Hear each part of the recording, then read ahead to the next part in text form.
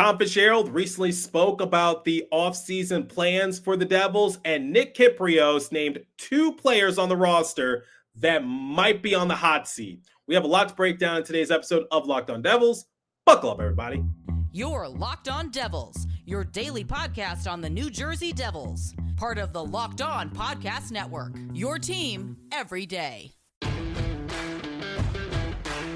Hi, this is Bryce Salvador, and you're Locked On Devils with Trey Matthews. Elliott scores! Oh, Stevens stepped up, nailed him. Brodor's got the puck. What a shot. The Devils win the Stanley Cup. Alrighty now, what is up, New Jersey? Welcome back to the Locked On Devils podcast. Here at the Locked On Network, I'm your host, college hockey play announcer, Devils Rider Pucks Pitchforks, and also part-time credential media member, Trey Matthews.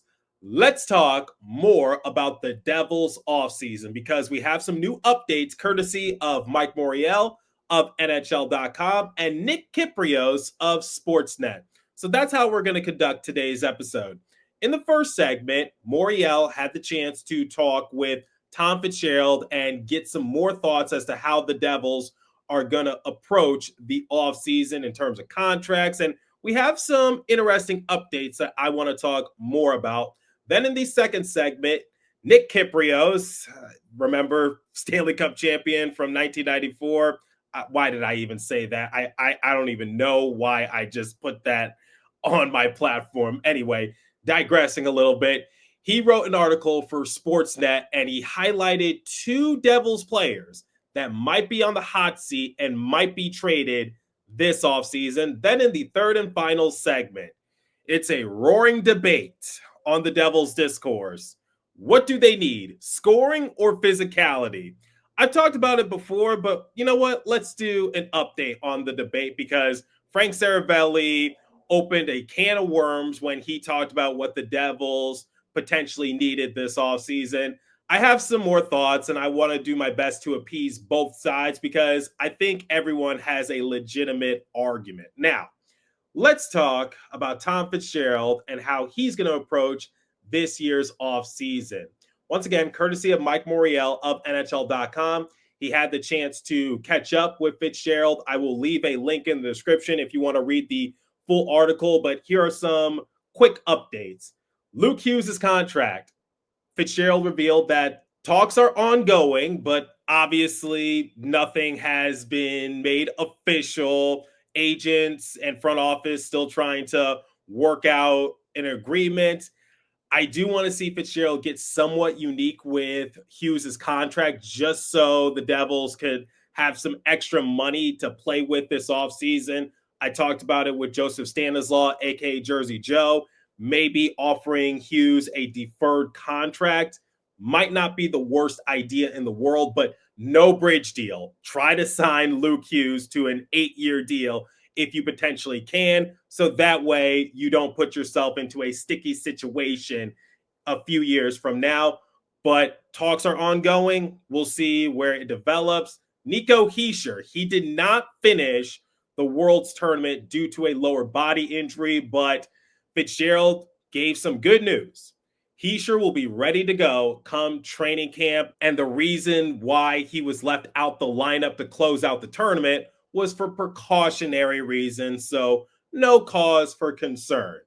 Now let's talk about the approach that Fitzgerald will have this offseason. He was quoted to say, "We've only got so much cap space, and we've got to figure out strategically how we can better our team on trades, the market, and what cap space we have available, while also thinking with what we can allocate towards a great young player." That young player in that case is Hughes. Both parties are in agreement. We're going to get this done. All right. So, like I said, the Luke Hughes contract will get worked out. That's always good to hear. But I am curious to see how the Devils approach the offseason. They don't have much salary cap to work with, but I have no doubt in the back of my mind that Fitzgerald is going to try to work some magic to get a big contract off the table. If you're curious, here's who's a pending UFA. Nathan Bastian, Curtis Lazar, Daniel Sprong, Justin Dowling, Brian Dumoulin, Dennis Cholowski, and Jake Allen. Tomas Tatar is already off the books. He is heading to Switzerland for the next 2 seasons. Fitzgerald was also quoted to say, "We're trying to figure out where some of the holes are in our group and how do we fill those holes with the funds we have and who's available via trade or UFA. I'd say the back end is probably the safest place where we feel very comfortable. As far as goaltending, Jake Allen is one of the better ones on the market. His camp tells me he would like to stay. He really enjoyed his time here. We're trying to figure out what that number is and then does it work for us?" That's actually interesting because I talked about it in a recent episode. I for sure thought that Allen was going to walk in free agency because the available goalies on the market is very spread thin, and Jake Allen is one of, if not the top available goalie. So I for sure thought that he would go where the grass is greener, try to get a pay increase, and there's nothing the Devils could do. Because remember, the reason why the Devils were able to afford Jacob Markstrom and Jake Allen was because the Flames were retaining 1/3 of Markstrom's contract and the Canadians were retaining 50%. So half of Allen's contract. So the Devils had 2 good goalies on their roster and they didn't have to pay the full price.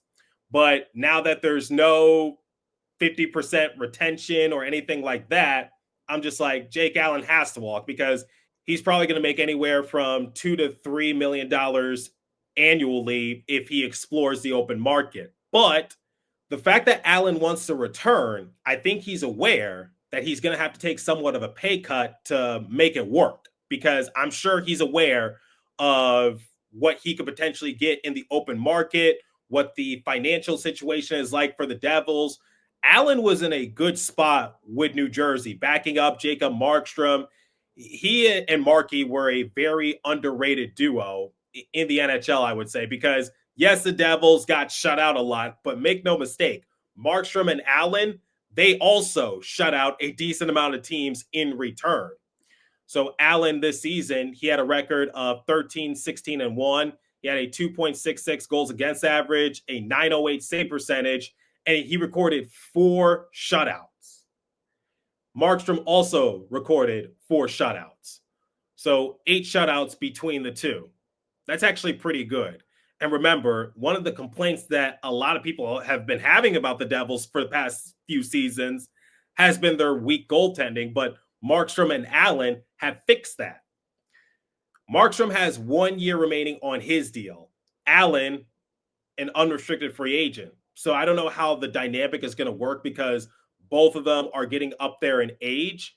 So maybe you try to sign Allen to a 2-year extension, and then for Markstrom, he said that once Fitzy hits his phone line, he's going to respond. I don't know how many more years Markstrom has in the NHL, but I think he still has a few more serviceable years inside of him. All right, we're going to talk about some players that might be on the hot seat for the Devils momentarily. But before we continue, let me tell you guys about Monarch Money. Ever check your bank account and wonder, where did all my money go? Between dining out, online shopping, and entertainment, it's easy to lose track. That's where Monarch Money comes in, your personal CFO giving you full visibility and control over your finances. Monarch Money isn't just a budgeting app, it's a complete financial command center. You can track all your accounts, investments, and spending all in one place so you can stop mismanaging your money and start building wealth. When I started using Monarch, I realized just how much I was spending on food delivery. Now I budget smarter and save more. Take control of your finances with Monarch Money. Use code LOCKEDONNHL at monarchmoney.com for 50% off your first year. That's monarchmoney.com, code LOCKEDONNHL for half off your first year. Okay, let's talk about a recent article published by Nick Kypreos. The title of the article is Real Kippers Offseason Trade Board 1.0, Players to Watch This Summer. In the article, he mentioned a couple of Devils players. The first is Ondrej Palat. Here's what he had to say about Palat.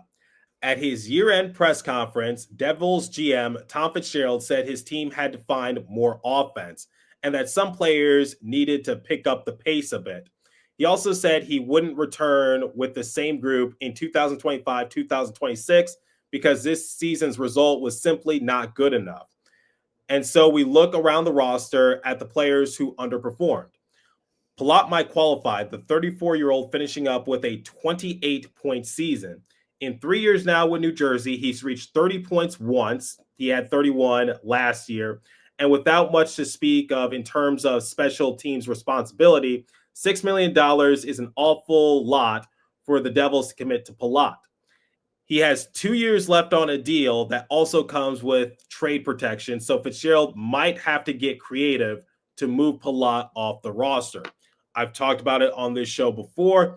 Now, here's what he had to say about Mercer.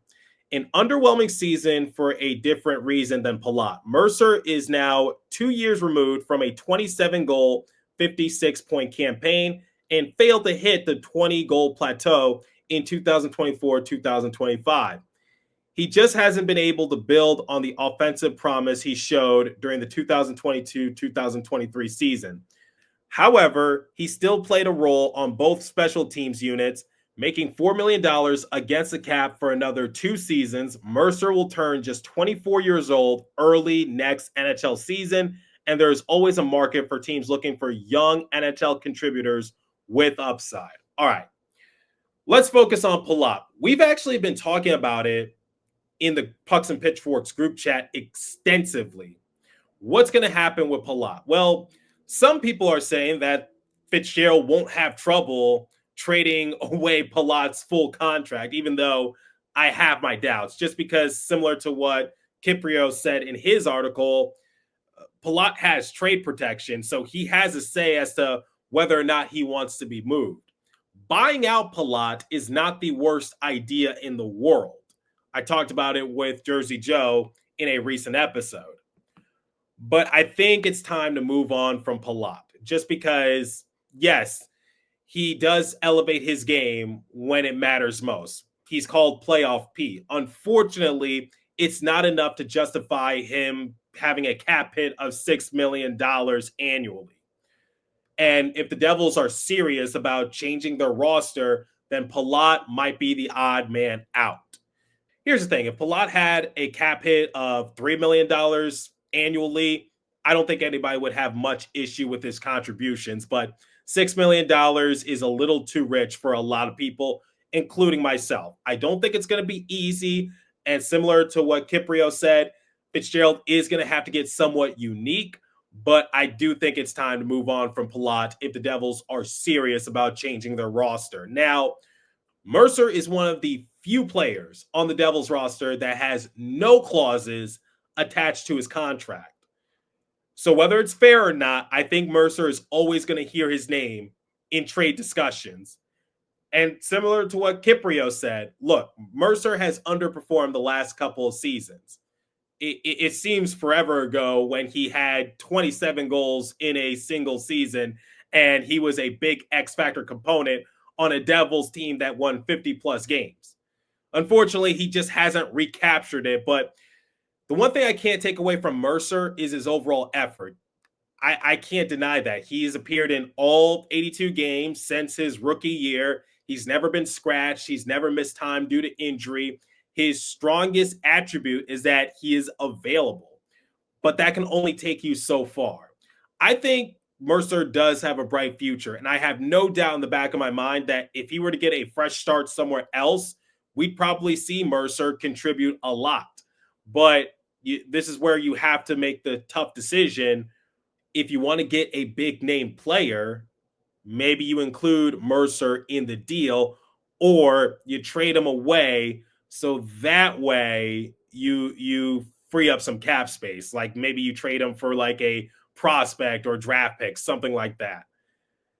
Mercer is a good player. Unfortunately, I don't think he's going to reach his full potential with the Devils, and it's been a minute since we saw that nearly 30-goal season from him. So I do agree with what Kypreos wrote, but take it with a grain of salt. It doesn't mean it's actually going to happen. He's just speculating that the Devils might move on from those two players. So keep an eye out for Palat and keep an eye out for Mercer when it comes to trade discussions. All right. In the previous episode, I played a soundbite from Frank Saravelli where he broke down the quote-unquote main issues with the Devils. He basically said that the Devils need to get longer, they need to get more physical. And I said in the previous episode that was wrong on so many levels because, one, I don't think length is an issue with the Devils. With the exception of Seamus Casey, all the defensemen are at least 6'1" and weigh 190 pounds. Who starts that? It's Shimon Nemeth. He stands 6'1", weighs 190 pounds. You got like Dougie Hamilton, you got Brendan Dillon, you got Jonas Siegenthaler, you got Luke Hughes. Length is not an issue. He also said that the Devils weren't really a tough team to play against. Well, the Devils allowed the 5th lowest goals this season.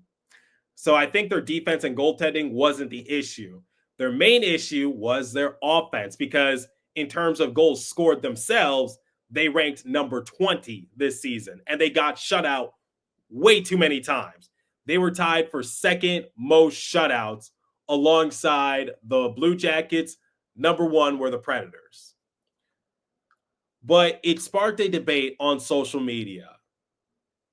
I said it in the previous episode. I wholeheartedly disagreed with Saravelli's statements, but it still sparked a decent-sized debate on social media. Well, he's not completely wrong. The Devils can't win with this core. They're in danger of turning into the Maple Leafs. They need to add more physicality. They need to do this. They need to do that. And people were just saying like, no, that's completely wrong. I think more people agreed with my assessment on the matter, but basically it still sparked a debate. And now people have this question: what do the Devils need, scoring or physicality? I talked about it in a prior episode, but let's open up the vault once again. Let's discuss physicality or scoring. What do the Devils need? Honestly, I think the Devils need more scoring because I just told you the numbers. The stats don't lie. The Devils were one of the top teams in the NHL when it came to hits. They ranked number 10. They allowed the 5th lowest goals this season. But in terms of scoring goals themselves, they were mediocre. They ranked number 20. And you had someone like Paul Cotter. He broke the single season hits record for New Jersey. So I don't think physicality is as big as an issue as people are pushing. Now, to play devil's advocate here, I do think there's somewhat of a balancing act. I even said in the prior episode, you can never have too much physicality, but I don't think that's the biggest need for the Devils, if that makes sense. Their defense and goaltending was good this year. Their offense was a problem because outside of Jack Hughes, Jesper Bratt, Nico Hischier, Timo Meier, who else was going to score? I said Stefan Noesen is a really good player. Unfortunately, when it comes to his goal scoring capabilities, he's somewhat limited. He even said he's not going to get an end-to-end rush type of goal. He's going to be a net front presence, and he might be a little too slow to play alongside Nico Hischier and Timo Meier. Erik Haula, he went a few months without scoring. Who else is going to score you a goal? Curtis Lazar, he missed significant time due to injury, and even when he did return, he was a healthy scratch. Justin Dowling, career AHL player. Nathan Bastian, don't even get me started. Tomas Tatar, magic just not there anymore. That's why he's going to Switzerland. Scoring was a big problem for the Devils. Offense was sometimes tough to come by. But I also do want to say that it's not a one-fix solution. I talked about it with Chico Resch last year. People want a quick fix from the Devils, and I get it.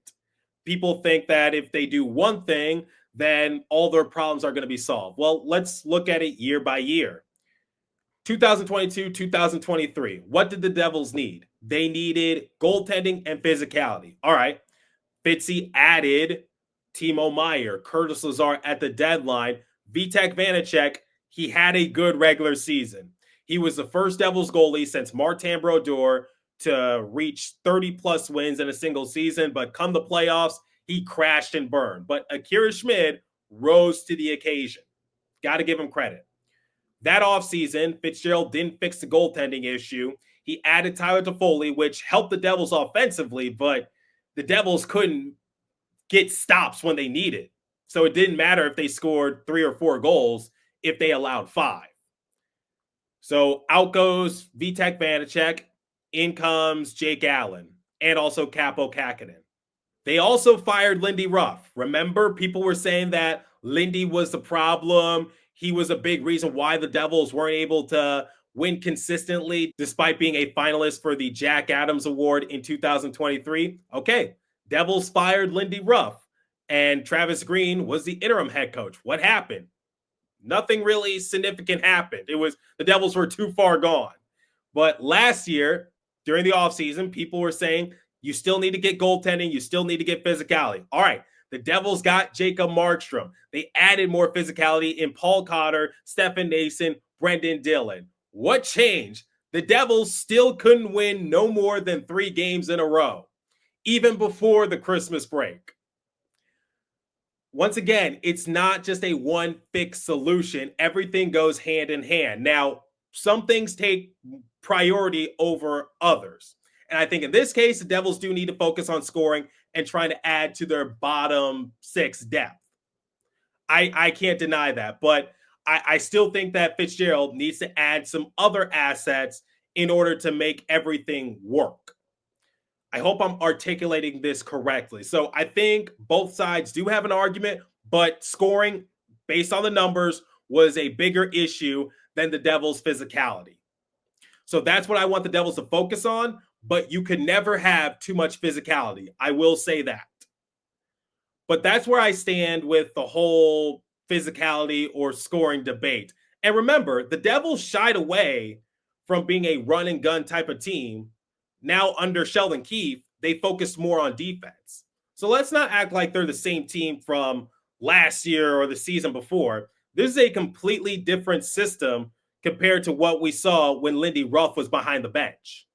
So I do think the core is developing in its own way because I think Nico is still a great two-way player. Jesper Bratt, Jack Hughes, they've improved defensively. Timo Meier is still a power forward. They're continuing to add to their repertoires, and the system has changed for the Devils. That's where I'm going to leave things at. But let me know your thoughts. What do you think should be the priority for the Devils this offseason, and who do you think is on the hot seat? I'm curious to hear your thoughts. Leave a comment down below if you're watching on YouTube, if you're listening on podcast streaming service. Hit me up on my personal X Page app at TreyMatt4 or the show's X Page app at Locked On Devils. As for today's episode, that's all the time I have for you. Continue to stay safe. Have a wonderful day in New Jersey. Go Devils. I'll catch you guys next episode. Thanks for listening once again.